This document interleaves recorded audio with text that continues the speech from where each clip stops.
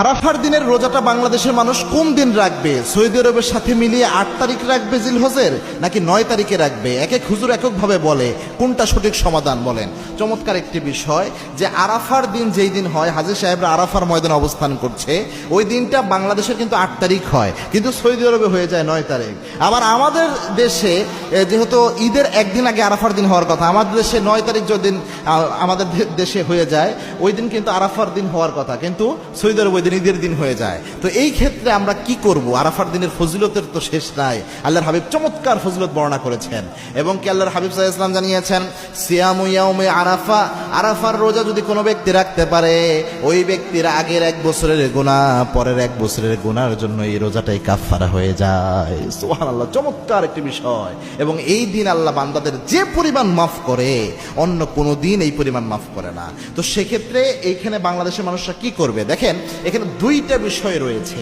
এখানে শব্দ যে এসেছে সিয়ামু ইয়াউমি আরাফা, ইয়াউমি আরাফা মানে আরাফার দিন, এটাকে আলেমরা দুইভাবে ব্যাখ্যা করে। কেউ ইয়াউমি আরাফা বলতে মনে করে আরবিতে ইয়াউমি আরাফা, যেমন ইয়াউমিল জুমআ বলি, বা আমরা ঈদুল ফিতরের দিনকে ইয়াউমুল ঈদুল ফিতর এইভাবে বলা হয়। সুতরাং ঈদুল ফিতর মানে হচ্ছে জিলহজ মাসের 10 তারিখ, ঈদুল আজহা দিন মানে হচ্ছে জিলহজ মাসের 10 তারিখ, তারপরে ঈদুল ফিতর মানে হচ্ছে ওই আপনার রমজান মাস শেষ হয় শাওয়াল মাসের 1 তারিখ যে পড়ে রমজানের পরবর্তীতে। তো এইভাবে আমরা যেভাবে একটা দিনকে এইভাবে শব্দ চয়ন করি, তো একদল উলামা একরাম বলছে ইয়াউমি আরাফা এটা একটা পরিভাষা, তার মানে হচ্ছে 9 তারিখ, এটা খাস। তার মানে বাংলাদেশে যেদিন 9 তারিখ হবে ওই দিন ইয়াউমি আরাফার এই ফজিলত পাওয়া যাবে।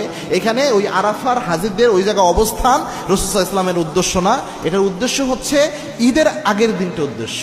আর অধিকাংশ উলামা একরাম বলেছেন, অধিকাংশ উলামা একরাম, যে এখানে সিয়াম ইয়াউমি আরাফা এটা বলতে হাজিরা যেই দিন ওই জায়গায় আরাফার ময়দানে অবস্থান করবে এইটা উদ্দেশ্য। কেননা আরেক হাদিসে এসেছে, হাজিরা যখন ওই জায়গায় অবস্থান করে ওই সময় আল্লাহ গর্ববোধ করেন ফেরেশতাদের সামনে, এবং হাজিদেরকে গণহারে মাফ করার ঘোষণা আল্লাহ দান করে, এবং তারা যেহেতু ধুলা মনে নেই, ক্লান্ত শ্রান্ত অবস্থায় আরাফার ময়দানে উপস্থিত হয়, আল্লাহ তখন বান্দার জীবনের সব গুনাহ মাফ করে দেয়। সুতরাং ইয়াউমি আরাফা বলতে মূলত হাজিরা অবস্থান করবে যেদিন, ওটা বাংলাদেশে যে কয় তারিখে হোক ওইটা উদ্দেশ্য। তো অধিকাংশ ওলামা একরাম এটাকে সাজেস্ট করে। তো এখান থেকে আপনি বেঁচে থাকবেন কেমনে? তো বর্তমান মধ্যমপন্থী আলেম যারা, তারা বলে আপনি যেহেতু 2 দিনই রোজা রাখার সুযোগ রয়েছে, আরাফার দিনও এবং আরাফার পরবর্তী দিনও, এই 2 দিনই আপনি রোজা রাখতে পারবেন। অর্থাৎ সৌদি আরবে যেদিন আরাফার দিন আর তারপরের দিন তো আমাদের এখানে সাধারণত ঈদ হয় না, ওইটা সৌদি আরবে ওই দিন ঈদ হয়, ওই দিনও আপনি বাংলাদেশের 9 তারিখ যেদিন হয় ওই দিনও আপনি রোজা রাখেন। 2 দিন রাখলে আপনার